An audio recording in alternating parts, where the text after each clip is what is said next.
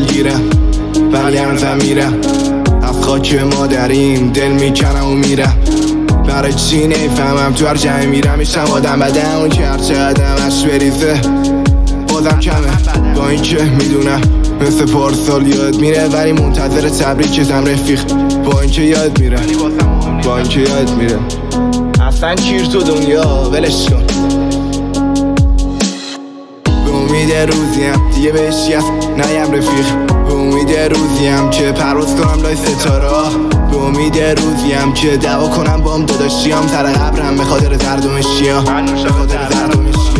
دو چشمون سیاه دل برکم منو برد تا لب کور و برگرداند دل برکم من بی تو مثل یه روحم تک و تنها و سرگردان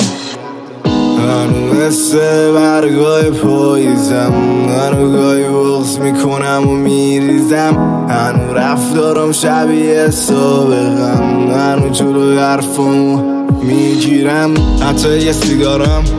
بهم کام نمیدن دیگه خودم بد اخلاق به هیچکس حال نمیدم دیگه رومو دمه که میشم عصبی از همونهایی که گفتی ولش بدا بکشه نسخی اون قدری که غم داره دفتر تکسم نمیتونم بلندش کنم فقط توش نوشتم از سر تموم این سالا از تولدهای گذشتم از بغضی توی گلومه از کارایی نکردم با تو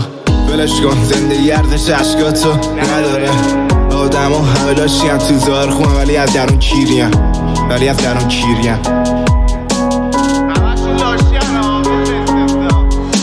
آدم همه مثل همن همشون فکر میکنن که خودشون بهترینن ولی همونایی میکشن زیر پاد که فکر میکنن بهترین آدمن اینم یادگاری جخت 1402